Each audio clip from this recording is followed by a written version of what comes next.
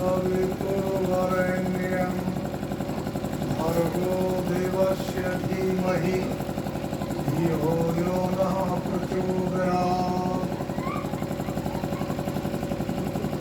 हे सर्वरक्षक परमात्मा, प्राण स्वरूप प्राणाधार, दुख विनाशक दुख हरता, सुख स्वरूप आनंद और ऐश्वर्य के दाता, कीर्ति के प्रदाता, आप समित हैं, उत्पादक हैं, प्रेरक हैं, प्रकाशक हैं, ज्योतिर्मय हैं, ज्योतिष्मा हैं, शुद्ध ज्ञान विज्ञान स्वरूप, देवों के देव महादेव, आपका वर्ण करते हुए आपको धारण करें। हे प्रभु, आपकी सत्कृपा से हमारी बुद्धि निर्मल पवित्र होकर सत्य मार्ग पर चले, धर्म मार्ग पर चले। हे सच्चिदानंद स्वरूप, आपके सत्य आचरण से हमारे मन पवित्र हों। हे शुद्ध ज्ञान विज्ञान के वैज्ञानिक, आपके शुद्ध ज्ञान विज्ञान से हमारी बुद्धि निर्मल पवित्र हो। हे प्रकाश पुंज परमात्मा, आपके प्रकाश से हमारी आत्मा प्रकाशित हो। हे धर्मात्मा के धर्मात्मा, इस जीवात्मा के हृदय में सदैव निवास करें। इस भावना से मैं गायत्री मंत्र, महामंत्र, गुरु मंत्र, संस्था मंत्र से प्रार्थना करता हुआ यही कामना करता हूँ। हे ईश्वर, हम सदैव सत्कर्मों की ओर प्रेरित हों, सत्कर्मों की ओर प्रेरित हों। वंदनीय मातृशक्ति, उपस्थित समस्त गणमान्य नागरिक महानुभावों,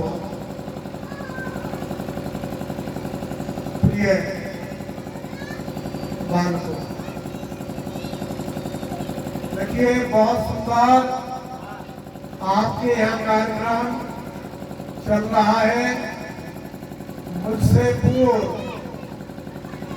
श्री सुरेश चंद्र आर्य बहुत उच्च कोटि का, बहुत गहन स्वाध्याय के साथ अपना उद्बोधन दे रहे थे, पर मैं इस संदर्भ में प्रातः जो यज्ञ हुआ है, आपको इस यज्ञ से संबंधित एक दो बात बता रहा हूं। सबसे पहले तो ये अपने जीवन में समझ लेना चाहिए कि ये अभी यहाँ पर जो आपने यज्ञ किया है, केवल इसका ही नाम यज्ञ नहीं है। ये यज्ञ ऐसे ही व्यापक है जैसे अभी मेरे से पूर्व वक्ता श्री सुरेश चंद्र आर्य ईश्वर पर प्रकाश डाल रहे थे। जैसे ईश्वर सर्वव्यापक है, सर्वनियंता है, ठीक इसी प्रकार से यज्ञ भी सर्वव्यापक है। और ये केवल यही यज्ञ नहीं हो रहा है, ये अनवरत रूप से यज्ञ इस सृष्टि में चल रहा है। यदि एक क्षण के लिए भी परमात्मा की सृष्टि का यज्ञ रुक जाएगा तो हम जैसे बैठे हैं वैसे के ही वैसे रह जाएंगे और एकदम क्या हो जाएगा हमारा जीवन, ओम सर्वम वै पूर्णम स्वाहा। जैसे ईश्वर अगर मान लीजिए हम थोड़ी देर के लिए चिंतन करें, थोड़ी देर के लिए चिंतन करें, कक्षा 6 से क्या आपको कक्षा 1 से ही पढ़ाया जा रहा है कि सूरज जो है वो ऊष्मा का, ऊर्जा का, प्रकाश का सबसे बड़ा भंडार है। सारी सृष्टि में जो भी प्रकाश और ऊर्जा और ऊष्मा दिखाई दे रही है वो सूर्य के कारण दिखाई दे रही है। यदि कहीं किसी भी प्रकार से अभी जो चर्चा चल रही थी कि सूर्य का प्रकाश न मिले, तो ऐसे ही यदि यह हवा रुक जाए, वायु न मिले, तो हमारा जीवन बेकार हो जाएगा। जल न मिले, यानी जो 5 तत्व हैं जिन जिनसे ये शरीर निर्मित हुआ है, ये ईश्वर की इस सृष्टि में अनवरत चल रहा है। तो यज्ञ में जो सबसे महत्वपूर्ण घटक, इसको क्यों माना गया? ये यज्ञ का एक पार्ट है, भाग है, अग्निहोत्र जो है। इसको सबसे महत्वपूर्ण क्यों माना जाता है? माना गया है कि इससे जल और वायु पवित्र होते हैं, जो इस सृष्टि के मूल आधार हैं। संसार में जितने भी लोक हित के कार्य किए जाते हैं, परोपकार के कार्य किए जाते हैं, वे सब यज्ञ ही कहलाते हैं। कोई व्यक्ति ये कहे कि भाई मैं ये यज्ञ नहीं कर रहा हूं। मान लीजिए किसी व्यक्ति ने कोई फैक्ट्री उद्योग लगा करके और सैकड़ों व्यक्तियों के घर में चूल्हा जला दिया, तो वो भी क्या है? यज्ञ कहलाए। यदि किसी प्रकार से कोई व्यक्ति एक विद्यालय खोल करके बहुत सारे लोगों को रोजगार दे रहा है, सरकार भी दे रही है, तो समझिए उनका भी बहुत बड़ा यज्ञ है। यदि कोई व्यक्ति किसी भी प्रकार से किसी अनुशासनहीन व्यक्ति के जीवन में, यानी जो अपने जीवन का महत्व नहीं समझ रहा है, उसके जीवन में कहीं थोड़ा बहुत परिवर्तन कोई व्यक्ति कर दे, तो समझ लो उसका यज्ञ चल रहा है। यदि कोई व्यक्ति किसी तरह से किसी के जीवन में दुर्व्यसनों को छुड़ा दे, जैसे मोटी बात है नशे की बात को छुड़ा दे, शराब से दूर कर दे, धूम्रपान से दूर कर दे, अंडा मांस मछली से दूर कर दे, अभक्ष पदार्थों से दूर कर दे, समझ लो वो व्यक्ति बहुत बड़ा यज्ञ कर रहा है। लेकिन इसका महत्व अग्निहोत्र का उनमें सबसे श्रेष्ठ क्यों है? क्योंकि ये एक वैज्ञानिक क्रिया है, ये एक रासायनिक क्रिया है, ये एक केमिस्ट्री है, जिसे आज पढ़ाया भी जा रहा है। तो इसके अंदर जो भी रसायन डाले गए, औषध कारक चीजें डाली गई, स्निग्ध कारक चीजें डाली गई इत्यादि, पुष्ट कारक चीजें जैसे इसमें डाली गई, जैसे गोला या आपकी किस्म से अखरोट है और बहुत सारी चीजें हैं, और इसी तरह से सुगंध कारक चीजें इसमें डाली गई, तो इनसे क्या होता है? वायुमंडल और जल दोनों जो है पवित्र होते हैं, शुद्ध होते हैं, और ये हमारे जीवन की मूलभूत आवश्यकता है। इस मूलभूत आवश्यकता को समझ करके इसका महत्व सबसे अधिक है, क्योंकि इसका लाभ हमको तत्काल मिलने लगता है। जो व्यक्ति इसके जितने पास में बैठता है, वो व्यक्ति धीरे धीरे क्या है? निरोग होने लगता है, स्वस्थ होने लगता है। इसलिए ऋषियों ने परंपरा डाली कि हमारे द्वारा यदि किसी भी प्रकार से प्रतिदिन हम कहीं ना कहीं गंदगी करते हैं, तो हमारा धर्म ये बनता है, कर्तव्य बनता है कि हम कहीं ना कहीं थोड़ा बहुत यज्ञ के कार्य करें। यज्ञ हमारे समाज में से विलुप्त होता जा रहा है। इसलिए बहुत सुंदर प्रणाली लिखी ऋषियों ने कि जिस कार्य में 15 से 16 मिनट लगते हैं, उस कार्य को हमें कभी नहीं छोड़ना चाहिए। जैसे यज्ञ में आप प्रतिदिन करेंगे, ये बेटियां मेरे आगे बैठी हुई हैं, ये बेटियां ही मेरे पीछे, भैया के पीछे जो बैठी हुई हैं, ये लड़कियां तो सबसे बढ़िया होती हैं, बहुत सुंदर सुंदर बातें सुनने की आदि होती है, और ये हंस रही है, खेल समझ रही है। तो विचार करो, तुम देखो, मैं जो बता रहा हूं सुनने की, कि हम घरों में प्रतिदिन भी इस यज्ञ की विधा को कर सकते हैं, और ज्यादा समय नहीं लगता। मान लो हमको वेद मंत्र याद नहीं है, तो ऋषियों ने 16 आहुति के लिए लिखा है।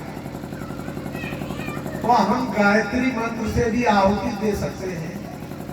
गायत्री मंत्र भी हमें नहीं आता तो ओम स्वाहा कह करके किसी छोटे से पात्र में, जैसे मिट्टी के सकोरा, करवली इत्यादि होते हैं, उसमें आप, अरे आपके पास समझा भी नहीं है तो आप कहीं गाय का उपला भी लेकर के उसमें 11 में पहले सभी करते थे लोग, तो अपने घरों में आपका जो एक तरह से वायरस है वो समाप्त हो जाएगा, शुद्धता आ जाएगी। अब हम देख रहे हैं कि इसमें चाहे हमने बहुत अच्छी चीजें नहीं डाली है, लेकिन फिर भी इसकी सुगंधी हमको जो है बता रही है कि आज कुछ यहाँ विशेष आयोजन है। तो मैं चर्चा कर रहा हूँ इस यज्ञ की। यज्ञ एक बहुत बड़ी चीज है, हमें प्रतिपल करते रहना चाहिए। ये अग्निहोत्र प्रातः के लिए लिखा, सायंकाल के लिए लिखा। अरे सायंकाल और प्रातः में एक समय किया जा सकता है। पहले लोग किया करते थे, अमावस्या पूनम को किया करते थे। 15 दिन के बाद हर परिवार में घरों में खीर बनती थी, उस खीर एक आध रोटी बनती थी और उसका 11 पर दे दिया करते थे। बहनें और माताएं जो है वो चूल्हे में दे देती थी। उसका भी भाव यही था, बलवैष्णो देवी यज्ञ। हे भगवान, मैं जो अपने घर में अपने बच्चों को रोटी बना रही हूँ, ये अन्न जो है बल कारक हो, सुगंध कारक हो, लाभ कारक हो, शांति कारक हो, उसका भाव ये था। अब वो प्रथा भी हमारे से खत्म हो गई। गाय की रोटी निकालना, कुत्ते की रोटी डालना, ये बलवैष्णो यज्ञ की एक विधा थी। तो ये यज्ञ जो है ये हमारे जीवन में प्रतिपल चलना चाहिए।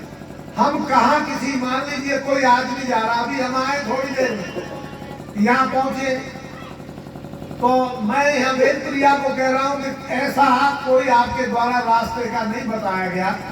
हमें मालूम है कि हम गांव से चल करके और इस गांव तक पहुंचे जितना समय लगा, और इस गांव में हमारी एंट्री जब हुई हमको गलत रास्ता बता दिया।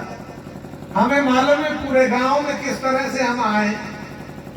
तो यदि कोई व्यक्ति हमको ठीक प्रकार से पहले ही रास्ता बता देता, जैसे हमने पूछा कि हमको यज्ञशाला पर जाना है, वहां हवन हो रहा है, तो एक उसका भी यज्ञ हो गया होगा। लेकिन जिसने दिशा भ्रमित कर दिया कि नहीं गाड़ी पहुंच जाएगी, रोज जा रही है सर, इसका मतलब है उसने यज्ञ को असफल करने का प्रयास किया है। ये समझ लीजिए, पल पल पर आप किसी का मार्गदर्शन करते हैं तो आपका यज्ञ चल रहा है। आप किसी अंधे व्यक्ति को मान लीजिए थोड़ा सा रास्ता बता दिया, आपका यज्ञ चल रहा है। तो मैं बहुत अधिक चर्चा न करके यहाँ ये केवल आपको चर्चा कर रहा हूँ कि इस यज्ञ को करने में कहीं कोई अधिक समय नहीं लगता। और मैं यहाँ जो बहनें बेटियां बैठी हुई हैं, मैं उनको एक बात बता दूं, मैं तो चाहे कितना ही पढ़ा लिखा हूं, पर मेरे घर से जो है, बात सुनना बड़ी, मैं आपको मार के की बात बता रहा हूं, मेरे घर से जो पढ़ी हुई है वो मात्र अक्षर ज्ञान है, 5 दर्जा, और वो भी भूल भाग गई थी। घर गृहस्थ के काम में लिखना पढ़ना वो भी आज से, मैं बहुत पहली बात बता रहा हूं आपको, वो भूल गए।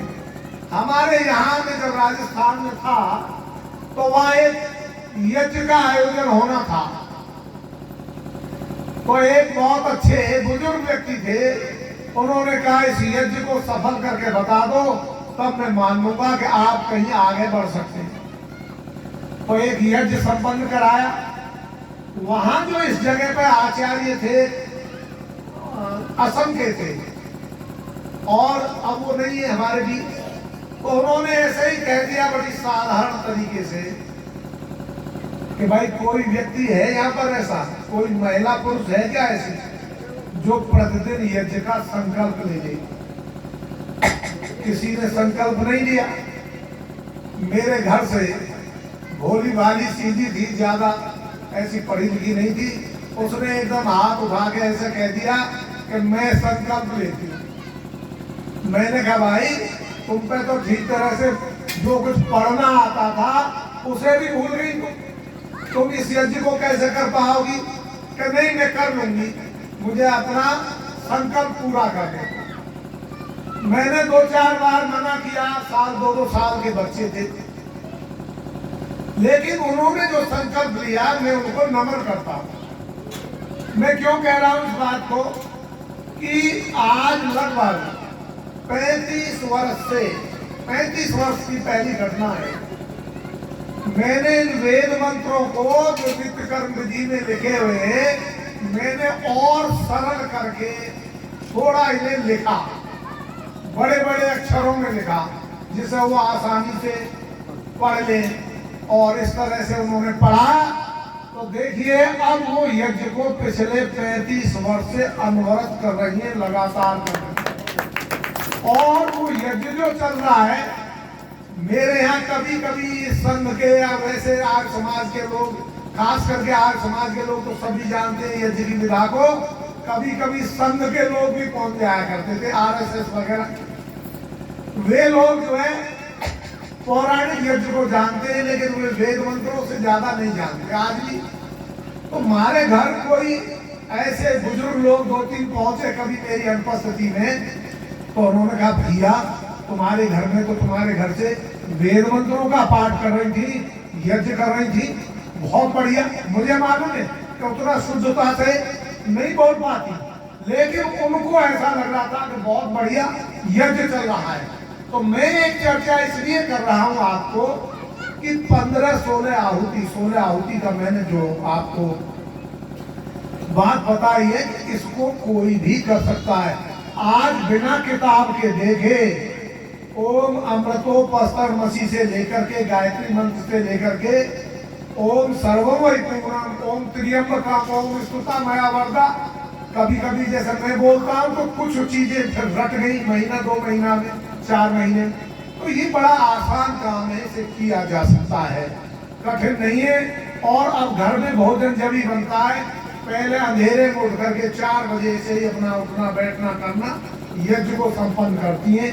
एक छोटा सा तांबे का हवन कुंड मैंने रख रखा है, कोई फंक्शन होता है बड़ा तो एक मैंने पहले बनवा रखा था ऐसा ही हवन कुंड, और एक लोहे का बनवा रखा है। तो मैं चर्चा कर रहा हूँ हम इस यज्ञ से जुड़े और श्रेष्ठ कार्यों से जुड़ने का नाम यज्ञ है। देखिए थोड़ी सी चर्चा मैं और कर रहा हूँ आपको, और मैं शायद इस चर्चा को नहीं करता, मुझे मालूम है कुछ लोग यहाँ, मुझे अब ऐसा लग रहा है कि कुछ अच्छे बौद्ध स्तर के लोग बैठे हुए हैं। आर्य समाज के अंदर भी अभी हमारे सामने बहुत बड़ी गिरावट है, और इतनी बड़ी गिरावट है कि हम भी क्या है पिछले लंबे समय से जो वास्तव में कहीं हम सत्य के साथ खड़े हों, हम भी उतना सत्य के साथ खड़े नहीं हो पा रहे। जैसा मैं आपको एक उदाहरण दे रहा हूं, और वो आपको मेरी बात गले नहीं उतरेगी। क्यों नहीं उतरेगी? क्योंकि समाज में वो चर्चा कहीं हो नहीं रही है।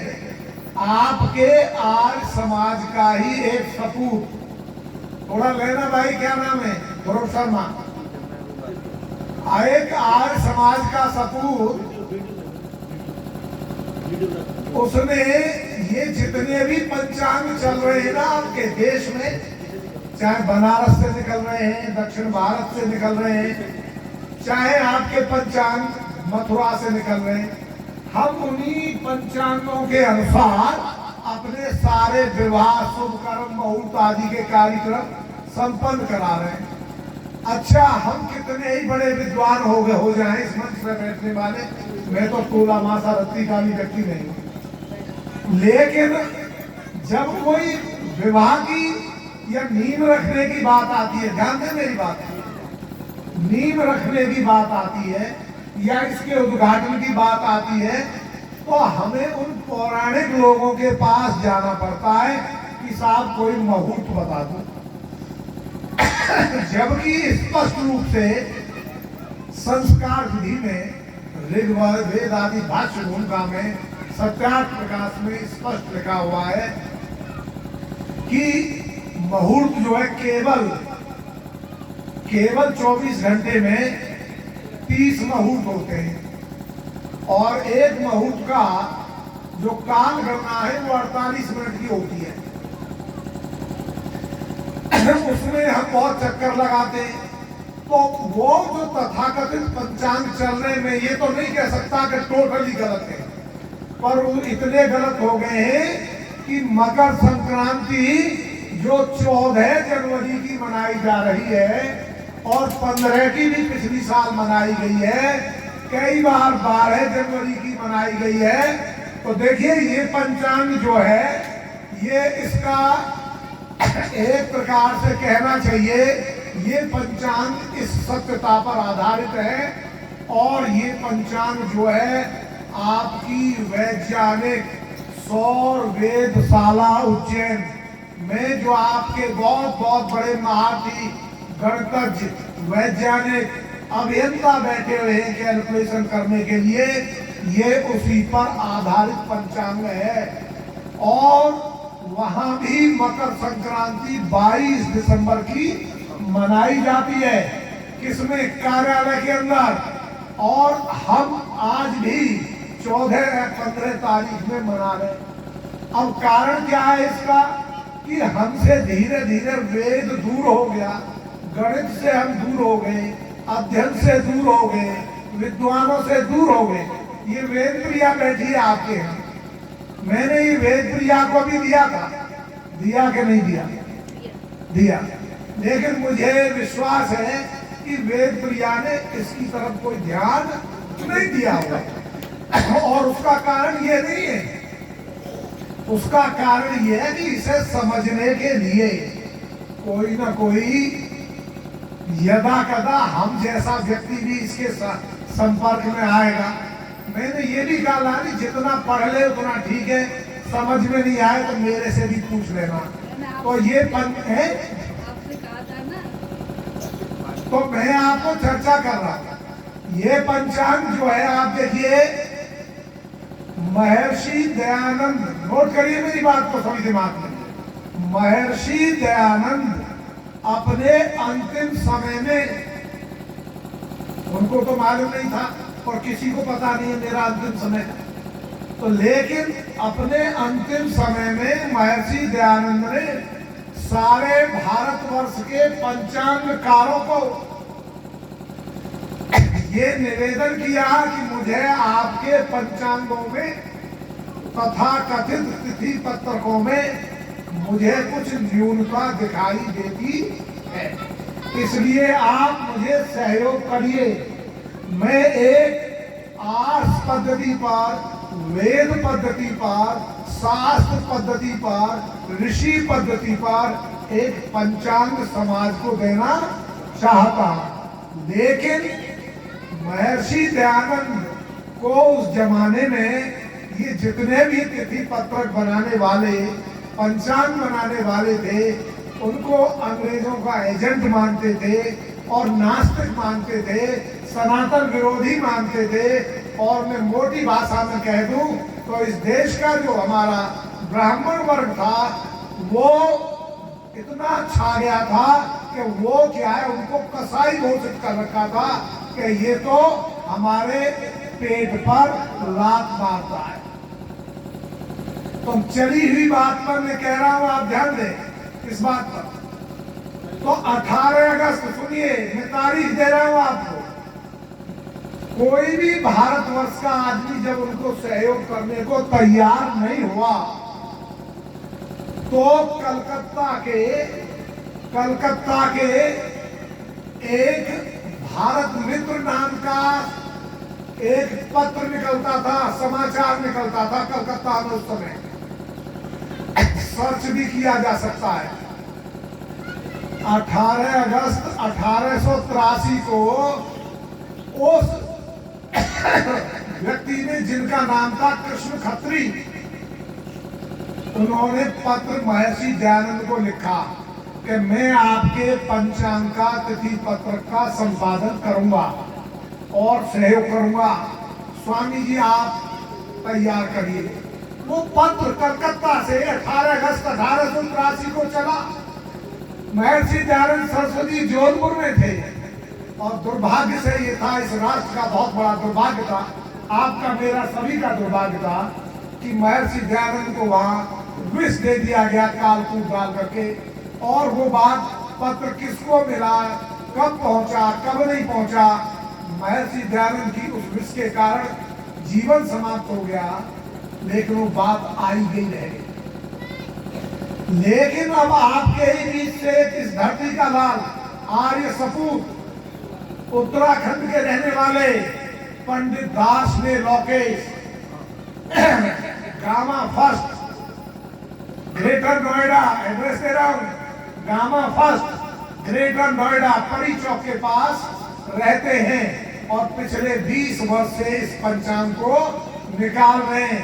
यद्यपि ये पंचांग अभी स्वीकृत नहीं हुआ है और कोई आवश्यकता भी नहीं है कि जल्दी ये स्वीकृत हो जाए, लेकिन याद रखिए 22-23 अप्रैल 2022 को भारत सरकार के सांस्कृतिक मंत्रालय ने मोदी के दिशा बोध से उसी उज्जैन वेधशाला में, सौर वेधशाला में भारत के 300 गणतज्ञों की बैठक कराई, ज्योतिर्विदों की, और कहा कि भाई इस पंचांग को भी परखिए।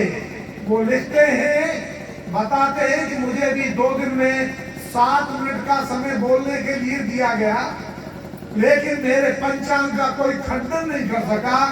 मैंने मान लिया कि अगर खंडन नहीं कर रहे हैं तो इनके पास इसकी गणित की जो ज्योमेट्री है, मैथमेटिकल कैलकुलेशन, ये पंचांगकार उतनी बारीकी से नहीं जानते। आज वो व्यक्ति सुप्रीम कोर्ट में, सारे जितने भी हाई कोर्ट है देश के, वहां सारे विश्वविद्यालयों में, सारे देश के गुरुकुलों में और विधानसभाओं में इस पंचांग को पहुंचा रहे हैं। और मैं सोचता हूं कि आज नहीं तो हो सकता है 10 वर्ष में, 20 वर्ष में, आने वाले समय में ये पंचांग जो है यही लागू होगा।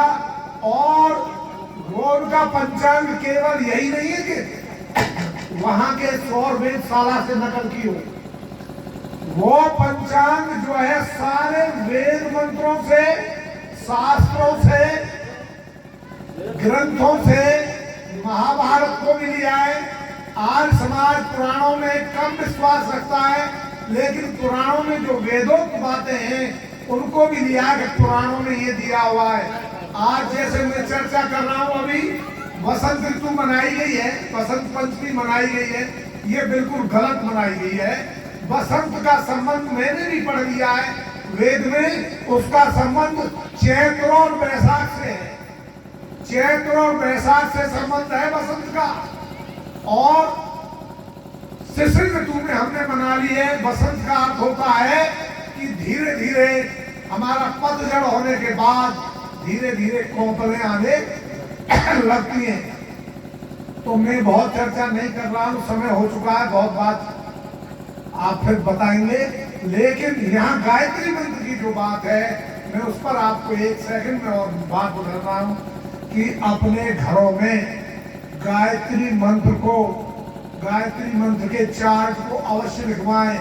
महापुरुषों के चित्र, जैसे ये लगे हुए चित्र हैं, ऐसे चित्र लगवाएं, इनका सब साहित्य रखें। सुरेश जी बैठे हुए हैं यहाँ पर, मैं आपको कह रहा हूँ जिले में संभवतः मैंने पहला घर इनका देखा है कि लगभग 20 से 25 हजार रुपया खर्च करके, 20 से 25 हजार रुपया खर्च करके इन्होंने अपने घर पर, और इनका जो कार्यालय है उस पर कम से कम नहीं सैकड़ों वेद मंत्र, ऋग्वेद के, यजुर्वेद के, सामवेद के, अथर्ववेद के और छोटी छोटी सूक्तियां लिखवा रखी हैं कि कोई भी पढ़ेगा, अगर वर्ष में किसी ने 2-4 मंत्र भी याद कर लिए, कोई वेद की एक बात याद कर ली, तो मेरे 20,000 रुपये मुझे करेंगे नहीं।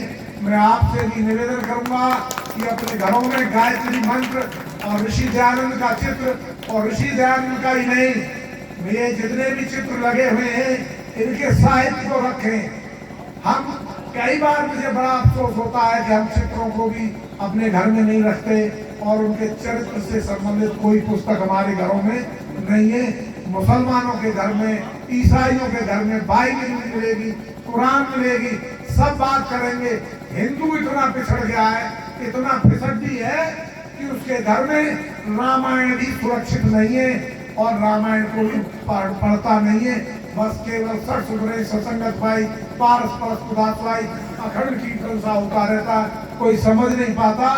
बहुत बहुत साधुवाद, धन्यवाद। ओम शांति।